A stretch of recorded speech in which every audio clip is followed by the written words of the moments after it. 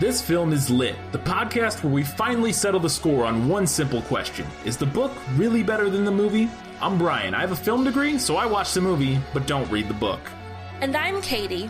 I have an English degree, so I do things the right way and read the book before we watch the movie. Look, some of us are lazy, alright? If by lazy you mean wrong. Prepare to be wowed by our expertise and charm as we dissect all of your favorite film adaptations and decide whether the silver screen or the written word did it better. So turn it up, settle in, and get ready for spoilers, because guess what? This film is lit.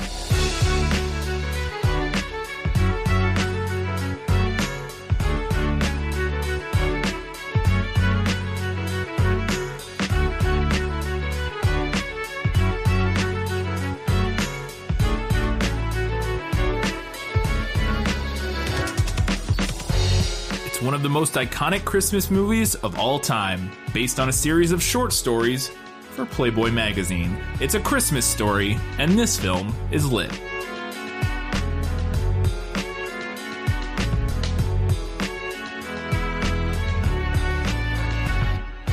Hello and welcome back to This Film is Lit, the podcast where we talk about movies that are based on books, or in this case, a selection of short stories combined into the book.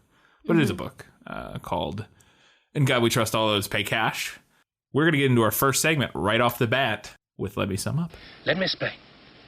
No, there is too much. Let me sum up. Okay, so here's what happens in God We Trust, All Others Pay Cash by Gene Shepard. An adult Ralph returns to his hometown, home in Indiana, after living in New York City for some time. He goes to the local bar and meets up with his childhood friend Flick, who is now the bartender.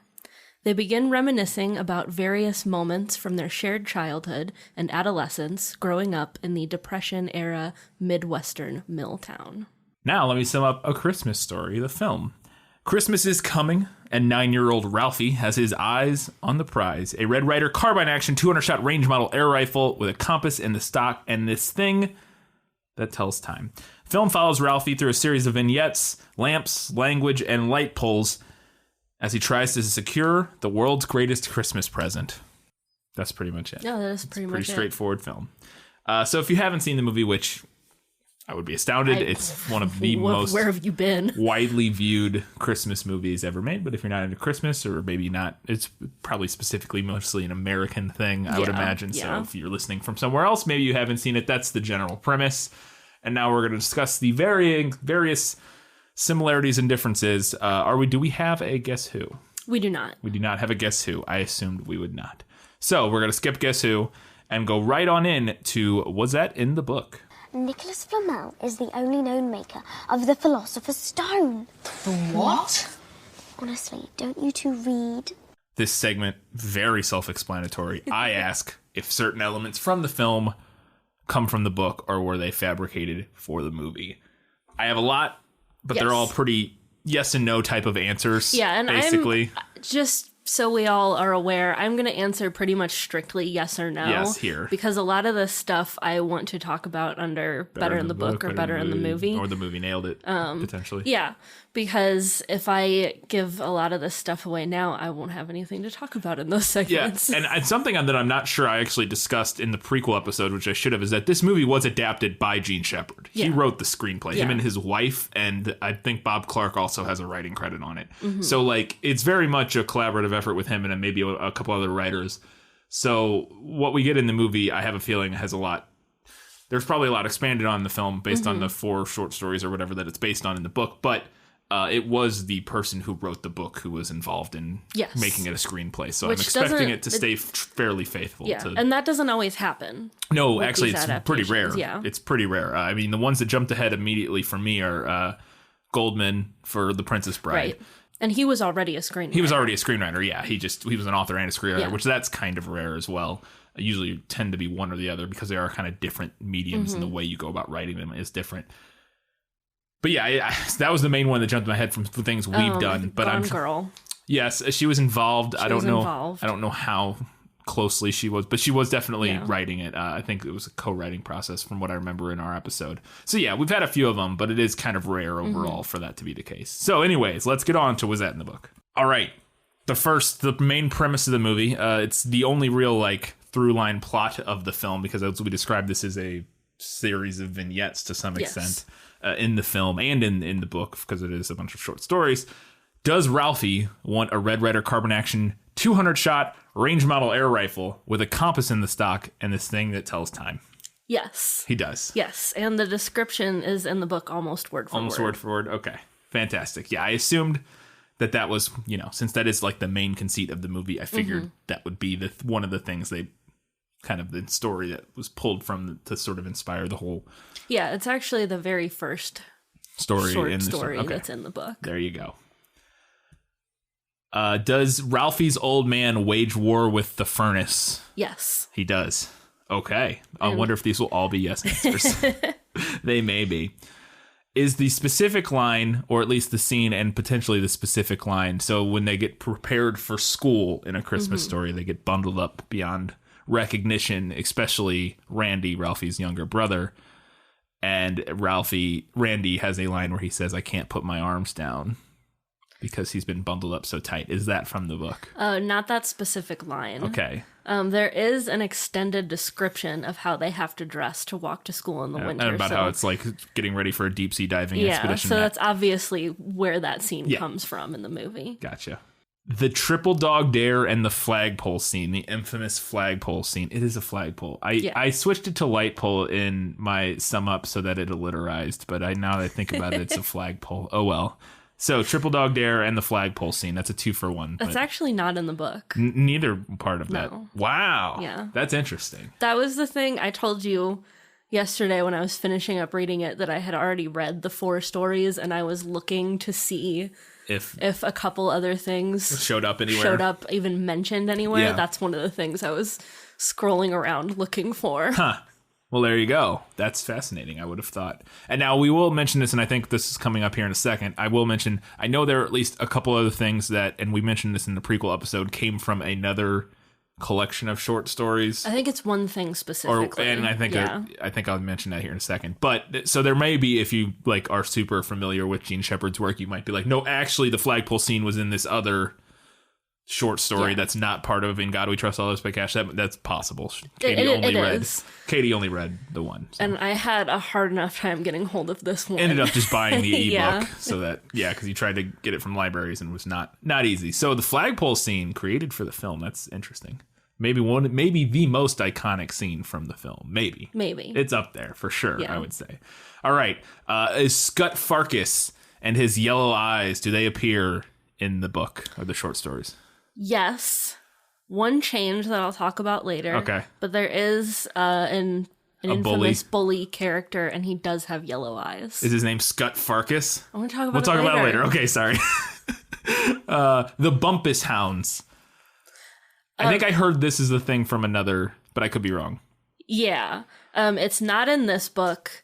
And you're right. I did some Googling. It is from the other book. But apparently it occurs during Easter, not Christmas. And the meat in question is a ham, not a turkey. Okay. But yeah, I thought that's what I had heard, is that scene and the Bumpus Hounds in general were from the other book, but that they just kind of rolled it into this one. Yeah, and it's not like that big of a scene in this movie either, No, it's a little thing. But there is a running through line, like kind of joke with the Bumpus Hounds. So I don't feel particularly terrible about not having read that one story. No. All right, maybe the other most iconic scene up there again. They're all pretty iconic, but the major award. The major award, yes. Yes. And just by extension, because one of my favorite lines from the major award scene is when he reads the box and says, "Fragile must be Italian." That is not in the book. Okay. That's a movie one. That's a great movie, yeah. That's a great... I think that says Fragile Deer. Love it. Okay, so this one was interesting, and I want to talk about this. Maybe we can talk about it here or maybe later. It depends. It's up to you. But the fantasy sequences, are there like these extended fantasy sequences within the short stories? No, there's not. Interesting. I mean, it kind of makes sense. Yeah, I think that to me seems like more of a visual medium. Definitely thing. More of a visual medium, and it would be a little confusing to a reader to be like, and then as a kid, I imagined this weird. I think in the Red Ryder short story, there's maybe like a one-off line where he thinks like, oh, I could fend off a gang of thieves robbers or something like that. But there's no like, it doesn't play out. No. Like, he just okay. So just to clarify, what I'm discussing here is that numerous times throughout the film, Ralphie has a pops into a fantasy sequence where he imagines some sort of fantastical scenario. The first one is when he's a cowboy defending his home from burglars with the Red Ryder BB gun. Yeah. And then there's the one later where he writes the world's best theme, and the teacher's reading it in this very over the top sort of like Victorian way, and like goes crazy, and the students all put him on their shoulders and parade him around. There's the one where he's stricken blind. Yes, the blind one where he gets blind because he becomes blind because of soap poisoning. There's probably 5 or 6 total throughout, maybe in that ballpark. And I want to talk about it because it was super interesting. I never noticed this before. One of my favorite TV shows that I've seen a dozen times probably is Scrubs. And it reminded me a lot, without even thinking of it previously, of JD's fantasies from Scrubs. Oh, definitely. A very similar type of thing where the main character sort of drifts off, has this weird over-the-top but relevant fantasy play in his head, and then comes back. And I was trying to think of other things that do this, and I'm not to say there aren't plenty probably of other TV shows or films that have done stuff like this, but it's... Maybe Scrubs is the thing that, to me, most consistently did it, and it was definitely part of the DNA of the show. You know, I just thought of one. What? That does that. The kids show Arthur. Oh, does it? Yeah. Interesting. When does Arthur start? Like the 90s? Or when did it start? Yeah. Because the other thing that made me wonder was, like, with this movie, with the Christmas Story being from 83, if Bill Lawrence Bill Lawrence is the creator of Scrubs, if he wasn't somewhat inspired by, and now again I'm sure there are other things that have done that similar thing, but I feel like the tone and style of A Christmas Story fits very similarly with Scrubs, and it just felt like this. It wouldn't surprise me if that was kind of maybe one of the places Bill Lawrence got that idea for doing it in Scrubs. That wouldn't and also I mean with the narration, it's a very similar style of, and just sort of the dry kind of wit of both the film and script. I don't know. This is very interesting how similar. And the timing works out for that. Yeah. And the timing, that definitely kind of works out. I think Bill Lawrence would have been, probably, he would have been like in college or something when this movie came out, and it would have been very probably formative in terms of his writing and that. I've never seen an interview with him where he says that, but I wouldn't be surprised. I would need to look that up. Moving on. Maybe the other most iconic scene. I was going to say that about every scene. But they get to the point where they blow a tire. Ralphie goes out to help his dad change the tire. His dad blows it and knocks the nuts and bolts everywhere. And Ralphie drops the F-bomb, but he doesn't say fudge. He says the other one. Is that from the book? I want to talk about this more later. Okay. But the answer is no. Oh, okay. Interesting. We'll talk about it more later, but the decoder ring and the crummy commercial. Yes. All of that. Even is it the same as it? Be sure to drink your Ovaltine. Yes. Fantastic. A crummy commercial. Goodness. This is a follow up kind of to the earlier one with Scut Farkus, who apparently maybe isn't named Scut Farkus in the book. Does Ralphie beat him up? Yes. In the book. Okay. There you go. How about the mall Santa scene? There are a couple small changes, but yes. Like okay. Do we get much in the book of and I didn't write this down for your research, but of the perspective of like the mall Santa and the elves being like over it? You know what I mean? Like being like sort of, because we get sort of, there's a couple of sides where like that's not really from Ralphie's perspective, where they see them like talking to each other. And like, if he thinks I'm staying a minute past 9, he's crazy. Like, No, like, there's nothing like that. There are a couple little moments here and there during that scene where you can kind of tell that Ralphie is like beginning to see through the curtain. Through the facade, yeah. But there's nothing like that in the book. And speaking to that is so we know the Red Ryder storyline is one of the main. It's the first story in the book. Is there a recurring through line in that short story of authority figures telling Ralphie he'll shoot his eye out, and that's why he can't have a Red Ryder BB gun? Yes. But I'm going to talk about it more later. Okay. We'll talk about it more later. Again, I maybe visually the most iconic scene, the bunny suit. Sort of. Is that sort of in the book? Sort of. Sort of in the book. Are we discussing it later? Yes. Okay. I told you I was going to give real vague answers. No, that's fine. I like it. We'll get into all of it. We'll just move right through.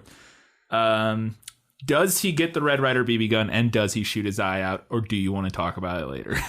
I'll say yes and yes. Okay, he does get it, and it's the same kind of like air quotes around shoot his eye out. Right, it like hits him in the face, and he it doesn't shoot his eye out. Literally shoot his eye out. But it hits him in the face and kind of stuns him. All right, and then finally,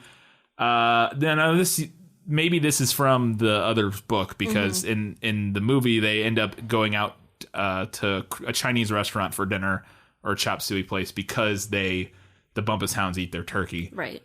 Do they go out to get Christmas dinner at a Chinese restaurant for any reason? They do not, but I think you're probably right. It's probably in that other... In the Easter one or something. They probably go for Easter dinner at a Chinese restaurant. Fair enough. All right. Well, that's all I had for Was That in the Book? A lot of them actually were. A few weren't. And we'll talk about more in depth all of the changes in the coming segments. So now I actually do have one question for Lost in Adaptation, so let's do that. Just show me the way to get out of here, and I'll be on my way. Is it lost?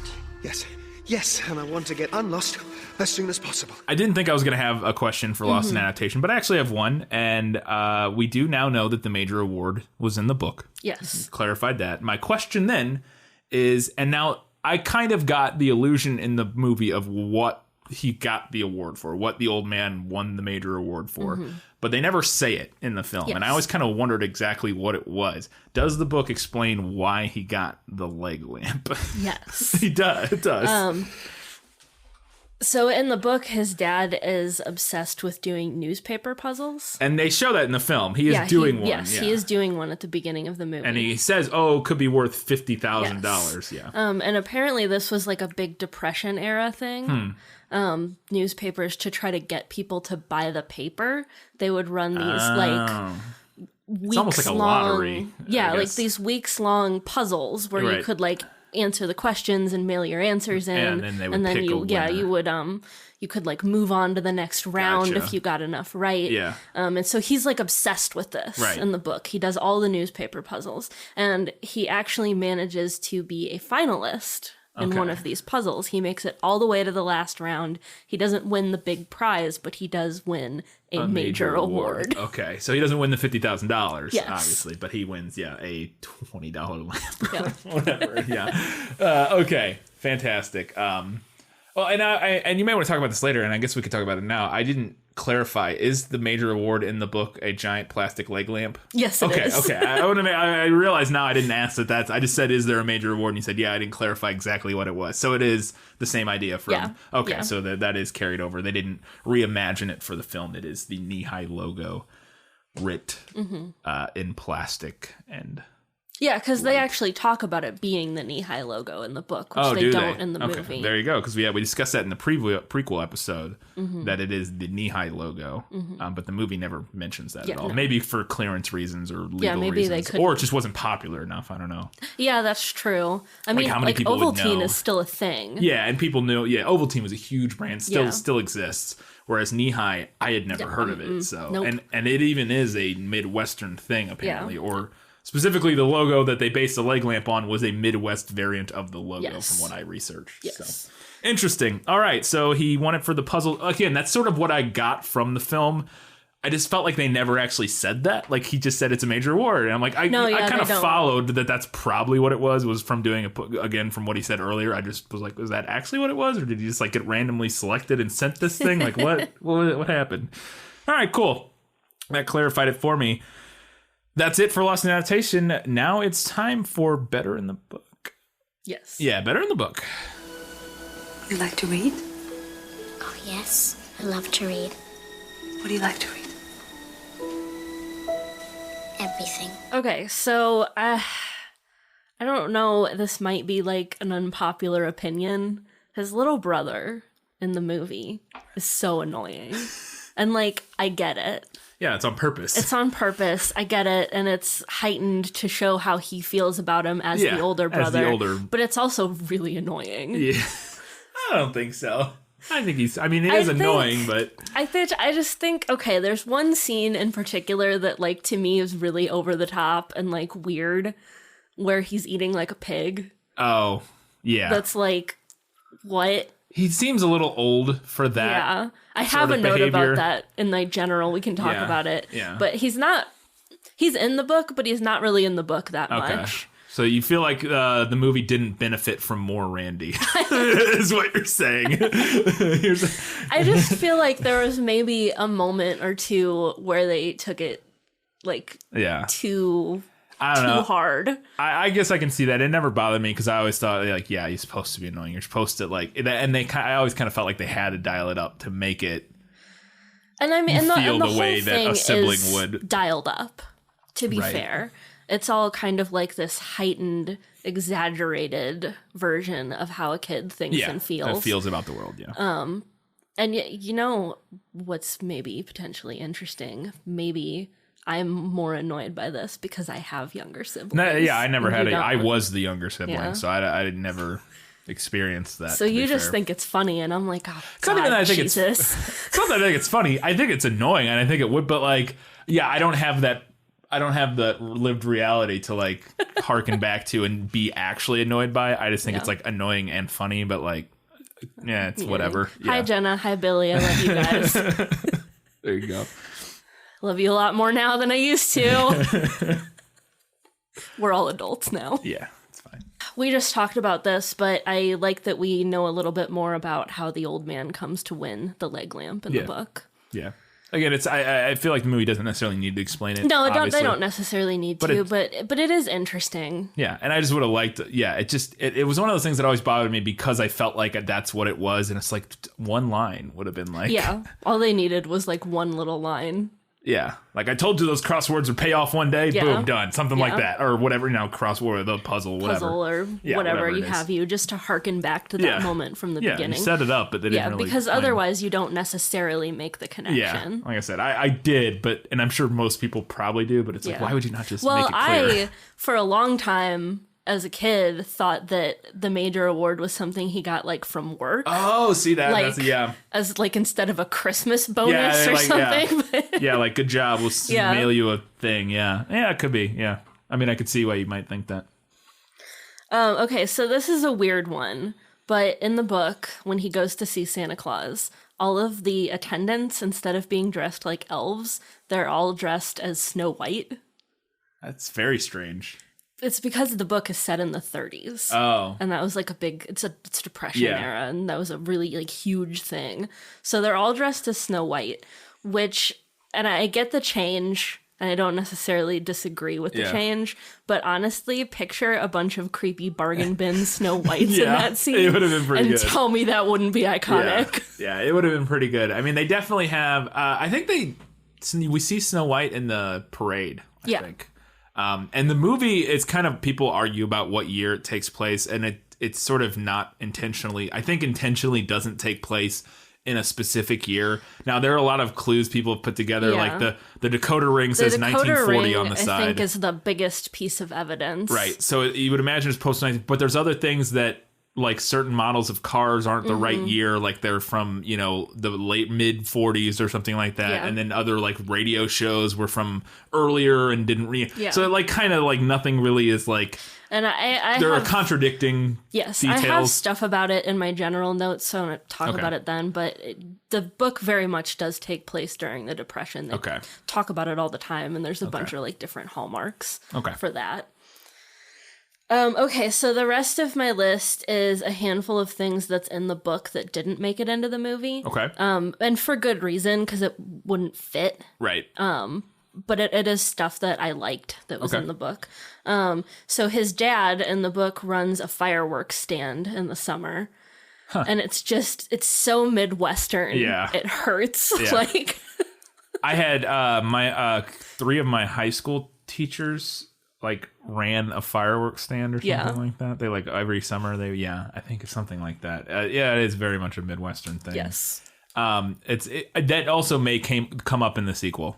Yeah, because the sequel takes place in summer. Yeah. So, or it's called like My Summer Story or something. And they never say like what else his dad does. It is a mill town. Yeah. But of course it's also the Depression. So like, who knows, Yeah. you know? But yeah, in the summer he does run a fireworks stand.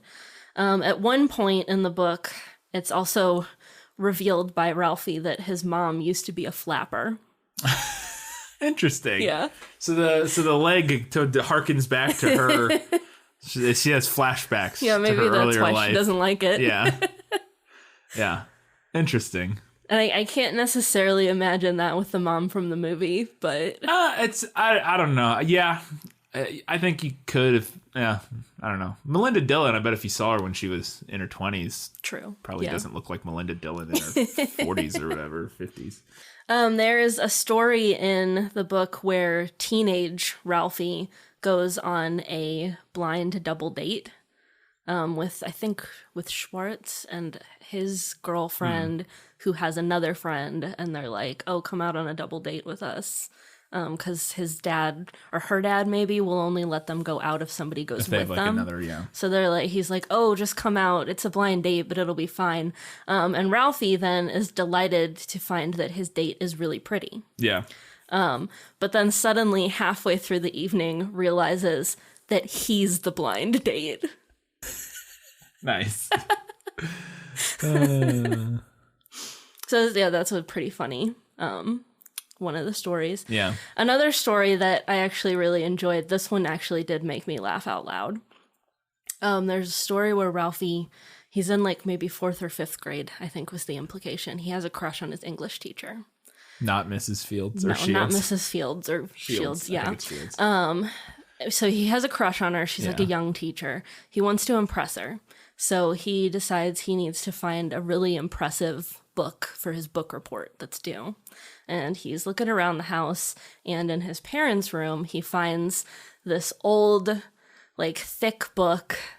And it's like written in like old English kind of, and he's doesn't understand the lick of it, but he's reading it and he's like, this is perfect.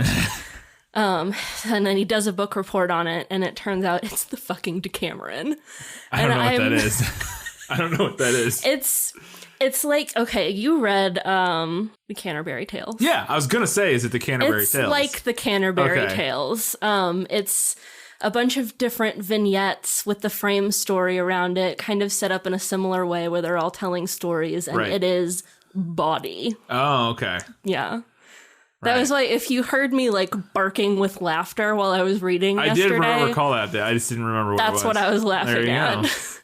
He does a book report on the Decameron and turns it in. It's fantastic. How does he not? I guess because he just can't understand it. He like guesses what everything is and then like tries to write about it. Because that's the thing about Middle English was it Middle English or is it? It's, yeah, I guess it is. Or I don't know, because I had the when I was in, I think we've talked about this, but when I was in high school, my English teacher read us not the entire Canterbury Tales, but a big chunk of it in the Middle English or whatever, and you can parse some of it. And pro tip, if you're gonna try reading like the Decameron or Canterbury Tales, something like that, maybe get the audiobook. Yeah. I'm sure there's an audiobook. Well, that's what she said. She said, like, the teacher was like, oh, it's way easier if you hear it. And I'm like, no. I'm not saying it's not. I'm just saying it was still very hard to follow. Because I read parts of them for when I was in grad school. And just trust me, it is a lot easier to parse when you're going out loud. Yeah, I believe you. It definitely is, because I remember that because we were looking at it while she read it, and reading it's like nonsense. It's like, again, you can kind of parse it because it's like it's Middle English. It's like in between, like it kind of is like Germanic mixed with like, and and the Decameron is actually Italian. Oh, okay. So it's probably like a translation, but so the version of it that he's reading, it's probably not quite like what we looked at reading Canterbury Tales, but like it's still like older spellings, older variants. Even if it was something like for in 4th or 5th grade, even something written in the style of like Romeo or Shakespeare, where it's clearly English, or that's like modern English, but it's still confusing when you're that young. He reads like in some like there's the specific mentions of like innuendo that just goes right over his head, but he still writes about it. Yeah, exactly. Yeah, very similar like Shakespeare, where it just you wouldn't get that that's what was going on there, unless you had somebody explaining to you what these things meant back then. Yeah, interesting. Yeah, that would have been fun. And he's in the movie. He's 9. So what grade is that? Is that like 9? First grade, second grade? I was in like the 3rd grade. Okay, so that's not too far off from that time. I was just wondering like where he was. So that was probably like the summer after what we see in the movie. So that's what I have for Better in the Book. Cool. We'll move on then to Better in the Movie. Mm-hmm. My life has taught me one lesson, Hugo, and not the one I thought it would. Happy endings only happen in the movies. Okay, so the iconic line, "You'll shoot your eye out." Yeah. Is very slightly changed. Oh, really? In the book, it appears more frequently as "you'll shoot out one of your eyes." Oh, yeah. And this is clumsier. Yeah, it's clumsier. The movies, I think, is more succinct. Yeah. It's easier to remember. And it's easier to sing song. You'll shoot your eye out. You'll shoot your eye out. Yeah. You'll shoot out one of your eyes. It doesn't quite have the same ring to it. So I definitely thought that was better. Yeah. Really enjoyed the fantasy sequences. Yeah, I think they're a lot of fun. I think that works especially well when your protagonist is a kid. Yeah. Or JD. So basically a kid. Yeah. But kids do that. Yeah. You know, like I remember doing that to some extent. Oh, as yeah. Child, like, absolutely. Just like sitting back and thinking, this is what's going to happen. Yeah. When I take this action, and everyone's gonna love me, and blah, blah, blah. Oh, absolutely. Or thinking about like for me, like you're like having that sort of daydream about the recess coming up and how you're gonna hit 1,000,000 home runs and everybody's gonna like, oh my God, like that sort of thing. Like, yeah, absolutely, kids. Yeah. The scene with the tongue stuck to the pole. Yeah. Love that. Iconic. Yes. Totally a kid thing. Yeah, and I did say, I had it in my general notes, so let's talk about it here. No kid will ever get their tongue stuck to a pole ever again because of this movie. I'm sure it still happens, but like it's one of those things that I remember hearing about when I was younger, and I remember hearing my dad say that a kid, one of his friends did it, I think before I ever saw this movie. It's just, I don't think it has proliferated the culture so much, I think mainly because of this movie that everybody knows, I feel like, even from a pretty young age. Yeah. So I mentioned a name change earlier. Scut Farkus. That name does not appear in the book. Yeah. In the book, the bully's name is Grover Dill. Oh, he's in the movie. Yes. That's they make him the toady. Yeah. And I don't think the toady had a name Okay. in the book. I think they just mentioned like, all the bullies have toadies or whatever. And I guess that's just a word for like their buddy. Yeah, like partner. A lackey. Okay, that's what I figured. I just never had heard that particular term, I don't think. Toady, lackey, minion, same kind of idea. That's kind of what I figured. So I think that was a really good switch. Yeah. Scut Farkus is such a great bully name. Yes. Grover Dill. It's all right. It's not a great bully name. No. And I think maybe potentially part of the issue with that is that at the time the book was written, there wouldn't have been this association, but I associate the name Grover with the Muppet. Oh, yeah. Potentially, yeah. Yeah. Well, the other thing, though, that, and so I read this and I forgot about this, to mention this in the prequel, but I think now it makes more sense. Farkus is derived from, oh boy, I should have looked this up. The word wolf in some language. Mm-hmm. It's like a similar word to that. And if you notice in the movie, whenever the first time he's introduced, they play Peter and the Wolf. Yes, they play the Wolf's musical cue. So, and that's where the name came from. Yeah. So that's why they called him Scut Farkus. And because I think they probably had that plan, like, oh, we want to play that song. Mm-hmm. Let's give him a name that's somehow inspired by Wolf. And so then they came up, and then they were like, Scott Farkus? No. Scut.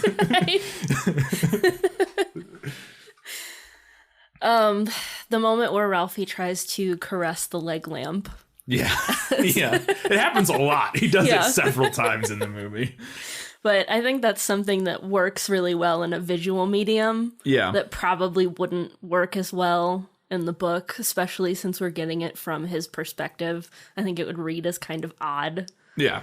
But in the movie, it works really well. Yeah, it works really well because we're just kind of seeing it happen, and he plays it great too with just the look on his face. Yeah. Just like it's like he can't help himself. He doesn't even know why he can't help himself. He just wants to touch the lamp leg, and he's not even exactly sure why. Yeah. So let's talk about the "Oh Fudge" sequence. Okay. So that is not in the book, but there is a vaguely similar story. The movie's version is much better, like worlds and a way better. Yeah. So in the book, there's a story about how he hears his uncle tell a dirty joke, which he then goes and repeats to a friend. And then his friend's mother comes over to tell his mother all about it. Yeah. And it's not that funny. Yeah. I don't think. Like, it's not super funny. And it's also, I think, a lot clearer and funnier in the movie, like figuring out what the word that he said is. Yeah. Because in the book, how it plays out is that his mom asks him specifically if he knows what that word means. Doesn't say the word, but she just says, "Do you know what that word means?" And he says, "Well, I think it has something to do with hockey." Which I took, and maybe I'm wrong, but I took that as like "fuck puck." Oh, yeah, that could be, yeah. That would make sense. I also would have thought that maybe, like, in reference to, well, his dad's a football fan, but he could be a hockey fan, too, up there in the northern area, although the book takes place in Indiana. But even still, it's cold, colder climate, that it could be something he's heard his dad say in relation to talking about hockey, like the fucking, you know what I mean? Like cursing about hockey players. Mm-hmm. And because in the movie he makes the, I've heard my dad use that word a million times a day or whatever.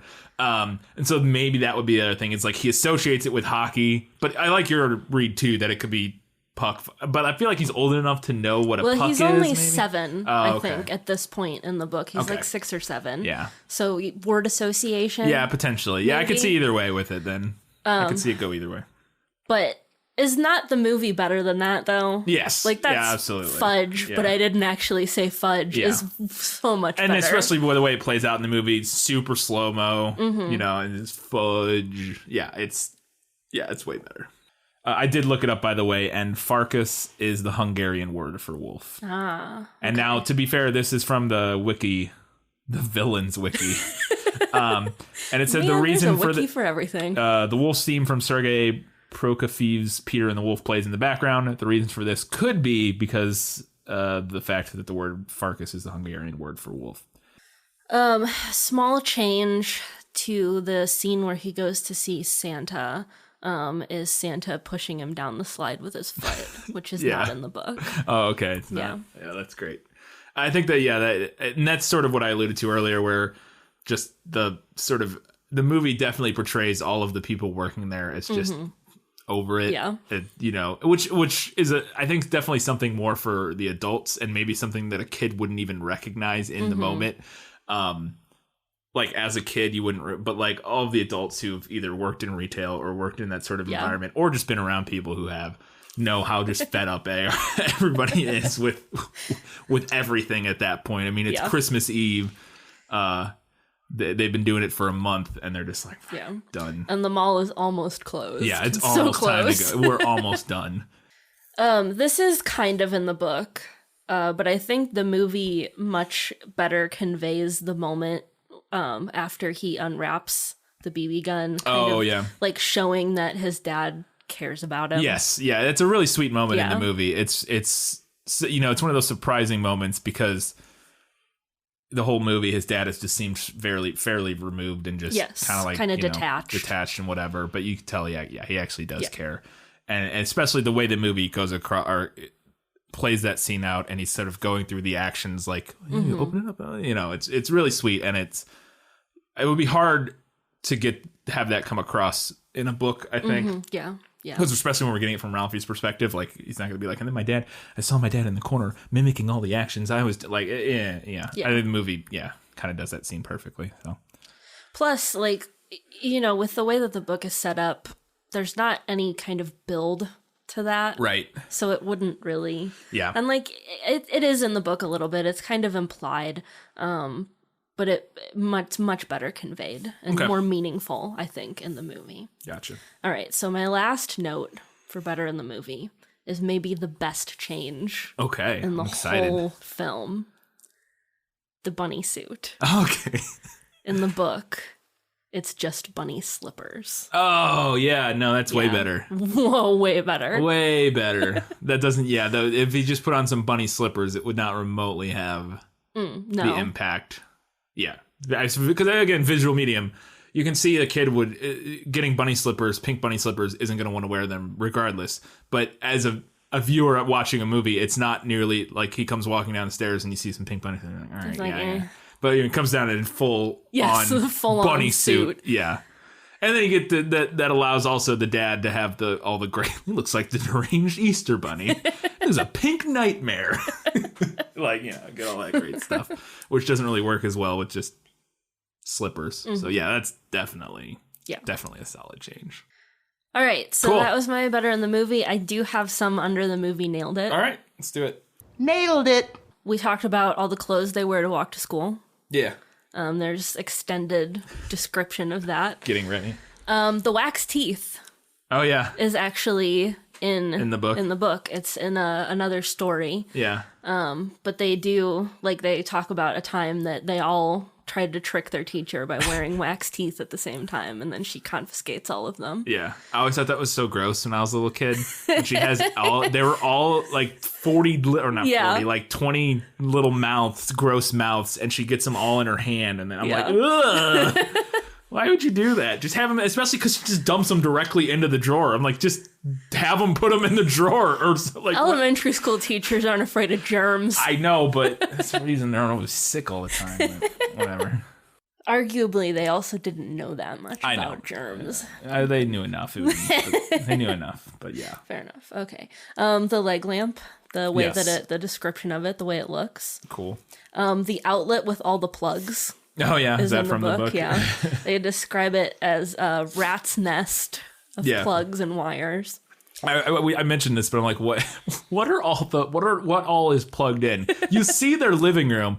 I don't see that many electronics.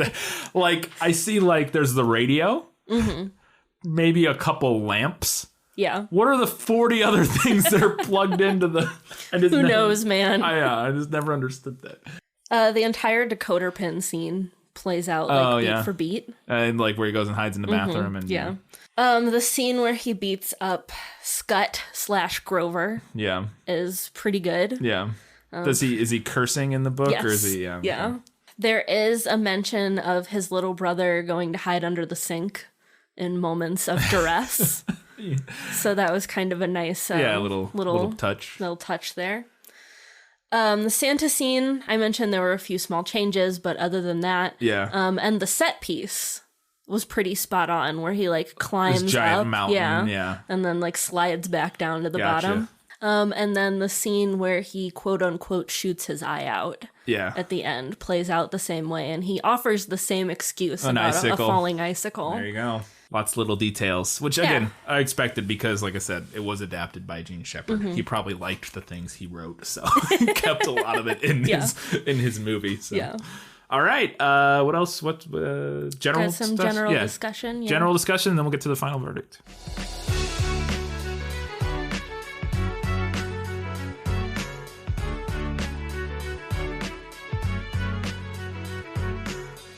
Pullman is a much bigger town in the movie than is implied in the book. Well, it's because it's Cleveland in the movie. Yeah. And we talked about it in the prequel episode, but they went to 20 different places, and it was supposed to be a smaller town. Yeah. But they ended up choosing Cleveland because they had a Higbee's that would let them film there, which we discussed as that a lot of department stores didn't want to be part of the production, but Higbee's would be, which Higbee's, if you didn't listen to the prequel episode, became Dillard's and then closed, but I remember Dillard's because that was just a thing when I was a kid, but I didn't remember Higbee's, which it changed in like the 90s. Yeah, they never actually say in the book like, oh, it's a town of such and such many people. Yeah. But it's very much implied that it's like a little blink and you miss it Midwestern town. Yeah. And I also forgot to mention that the house you can go stay in the house currently. It's like it's a museum but you can like stay overnight in Ralphie's house, which is interesting. I had a note about the excellent use of classical music in this movie. Oh, yeah, like, go ahead. Across the board. Yeah, well, we talked about Peter and the Wolf. But there were a couple other ones. Yeah, the whatever, when they're running from I can't remember what that's called, but yeah. And then the fantasy sequence where his teacher loves his composition that he wrote uses, it's from an opera. I'll take your word for it. I don't know. I can't think of the name of it, but it's a sequence, like it's an aria or a sequence. Yeah, it sounds like it. Definitely, yeah. They use it a lot throughout, which is funny because it's effective because it's also free. Yes. Because it's all public. Yeah. My note in here domain. Is this movie actually uses a lot of classical public domain music. Yeah. Yeah, you don't have to get the rights to any of that stuff unless you use certain arrangements of it that are being held copyright by somebody. But if you hire your own orchestra to play those public domain pieces, you don't have to pay for rights for it in your movie, which is, one of the reasons that if it runs as much as it does, the family of whatever that Hungarian composer from Peter the Wolf, they're not getting any money from it. I always wondered, talking about the teacher, when I was a kid, I was always like, what's a theme? And now I realize, I was like, I know it's just like probably like an outdated term for like an essay, basically. Yeah. Like it's just like calling it like, you're to write an essay. But I'd never heard that. And I always wondered when I was a little kid why I wasn't assigned themes. Like what?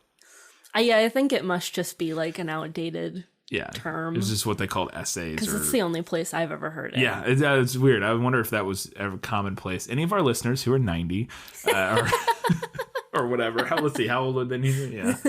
Be in school in the 30s would be, pretty old. But, never a theme. Interesting.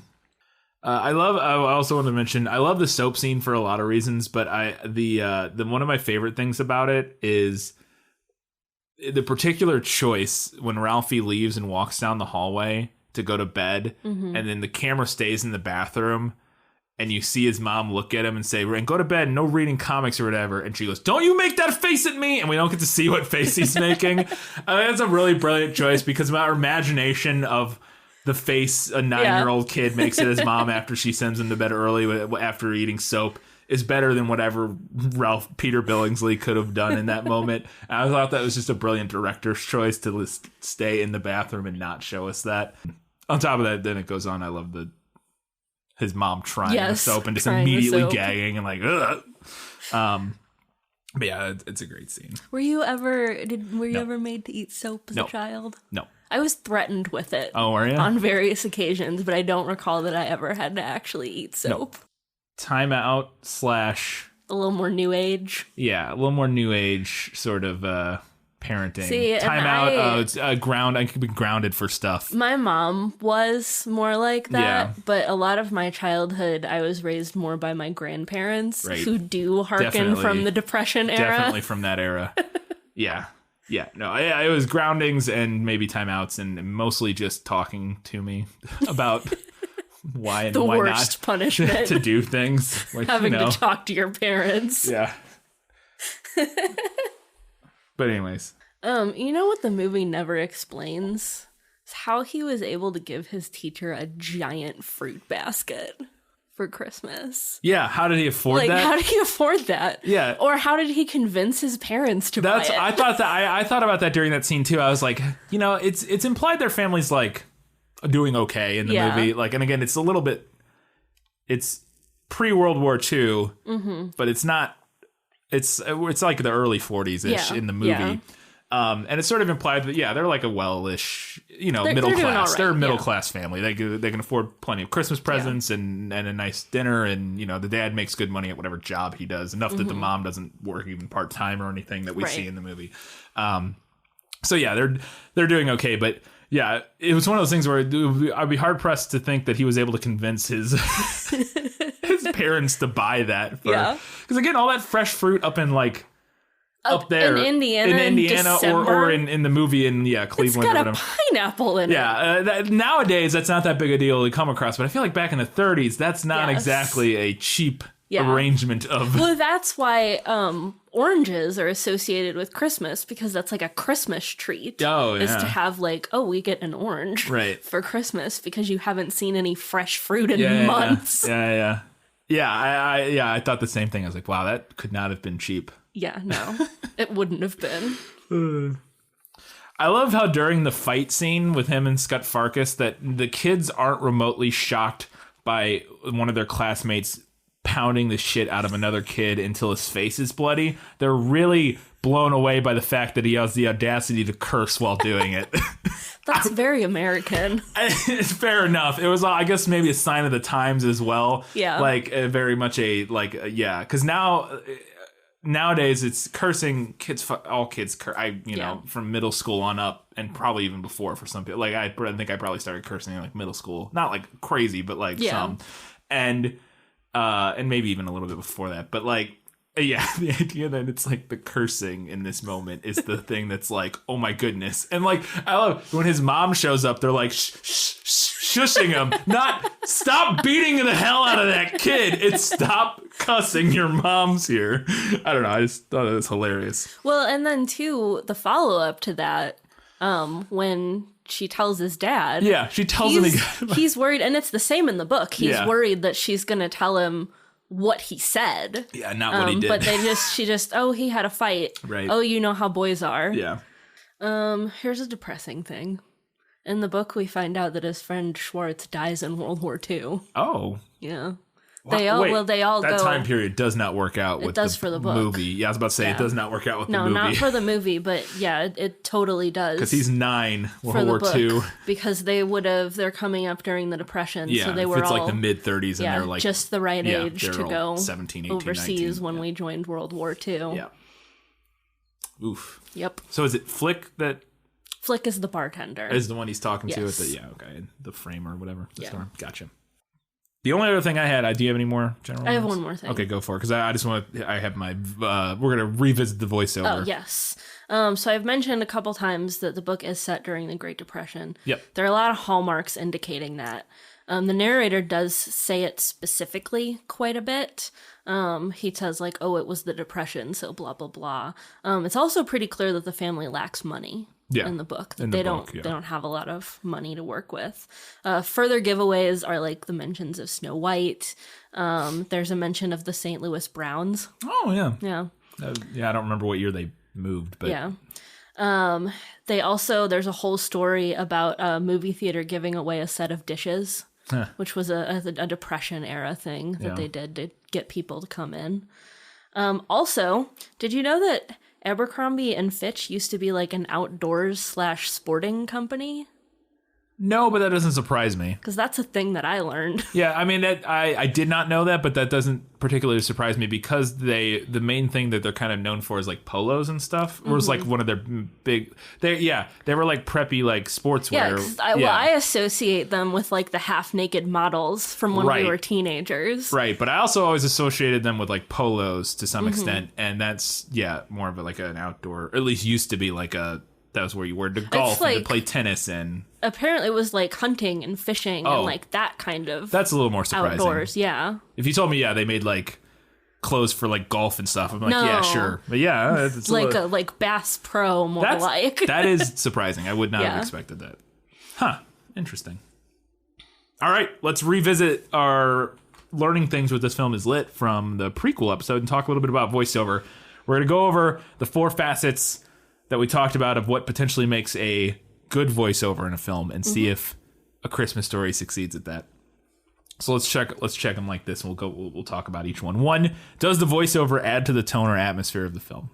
What do you think? I would say yes. I would say so too. I think for a couple of reasons. One being it's a Christmas film. Christmas films very often tend to have like a narrator because and I think part of that's inspired by like maybe a little bit like sort of like the fairy tale storybook type of thing. I think potentially that harkens back to the old tradition of telling stories by the fire at Christmas. Yes.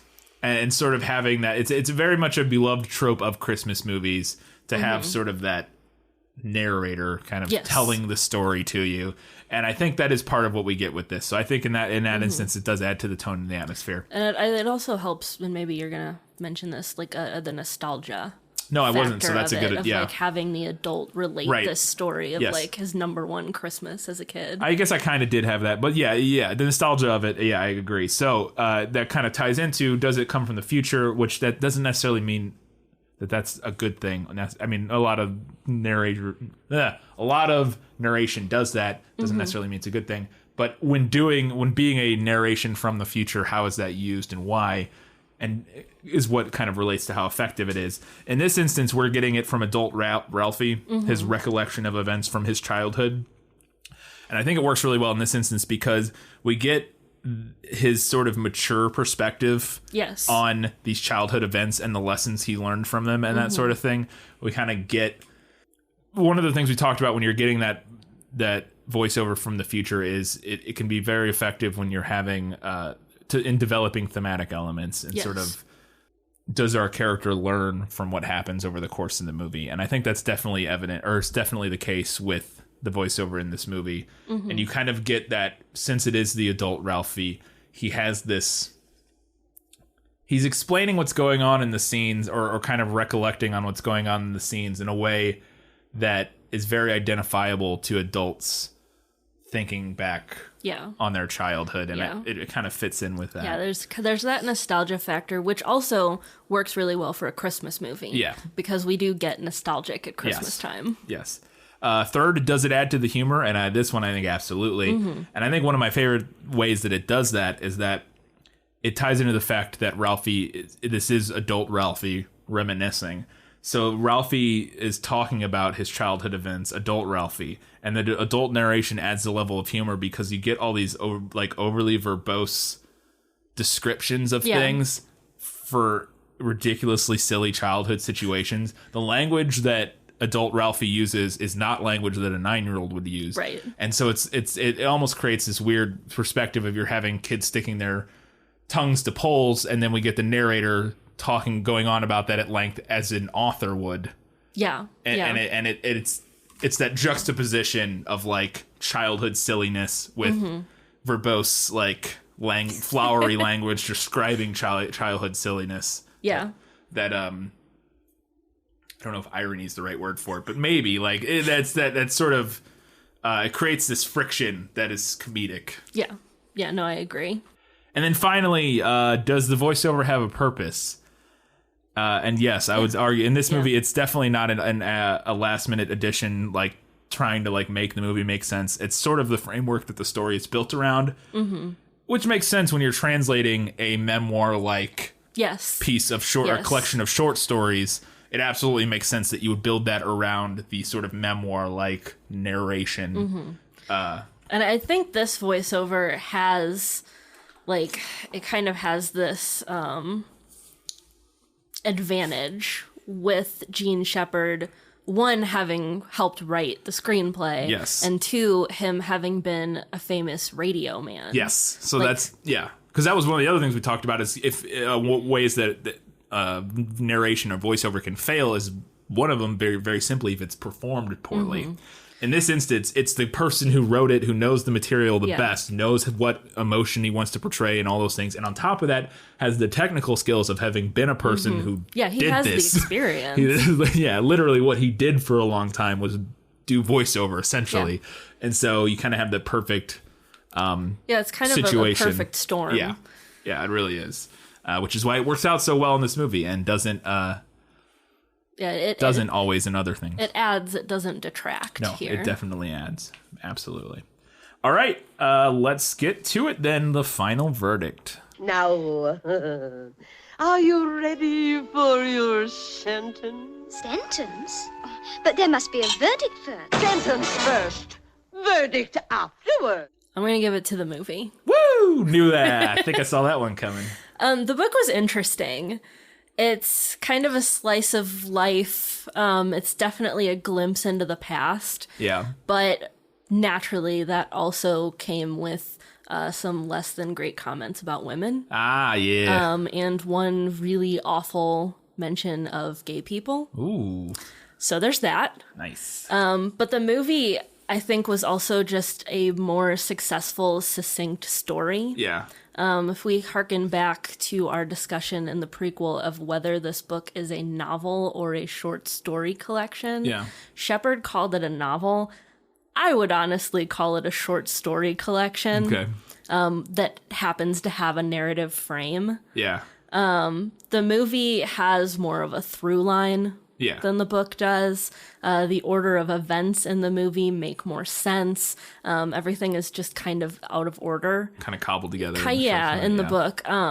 Which, you can tell a story in nonlinear order, and there are purposes for that. But there wasn't really a purpose to it in the book. It was they were just kind of flung in there. Right. And I'll say it, the movie was funnier. Yeah. There are a few moments in the book that made me chuckle, and that one that made me laugh out loud. Yeah. Which I don't know that everyone else would find that particular moment as funny as I did. Yeah. But I think Shepard is right. He's not really a writer. He's a performer. Good performer. His narration in the movie is like 10 times funnier than anything in the book. There you go. So. Boom. After all those Harry Potter, and that's 2 in a row now, isn't it? Yes. Yeah. Well, the other one, the kids' book, that's a little tougher. They'll tend to always go to the movie because the movie just does so many more things. Two very different things.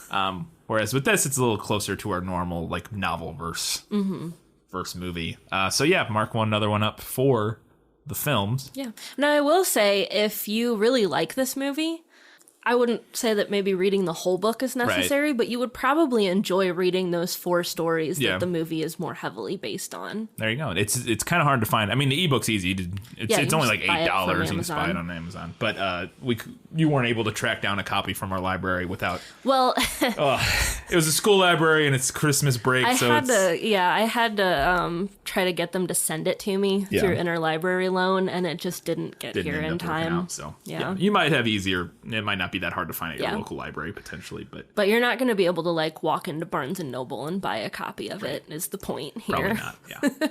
All right, that's going to do it for this episode of This Film Is Lit. Katie, what do we have next? Before you go to rate, review us on all of the platforms, iTunes, Stitcher, wherever you download our show. And then check us out on social media. While you're checking us out on social media, we are doing a Q&A. Yes. For our first episode of the new year, which will be the prequel. Yes. So we're going to do that. So leave questions. We have quite a few already, but we will take more. So yes. And now what's next? Up next, we are doing Mary Poppins. Oh yeah, that's right. Yeah. Because the sequel just came out, or is coming out. Yes, well, I think it is out now at this point. Yeah, so the sequel is actually not, from what I was reading, it's not based on a book, but the 1964 with Julie Andrews is. Mm-hmm. So we are going to read that, watch that, talk about it. There you go. And try to benefit from any of the publicity for the new movie. Yeah, maybe people clicking around looking for Mary Poppins will stumble across our podcast. That's how you do it, ladies and gentlemen. I think that's it, though. So, guys, gals, non-binary, and everybody else. Until next time. Keep reading books. Keep watching movies. And keep being awesome.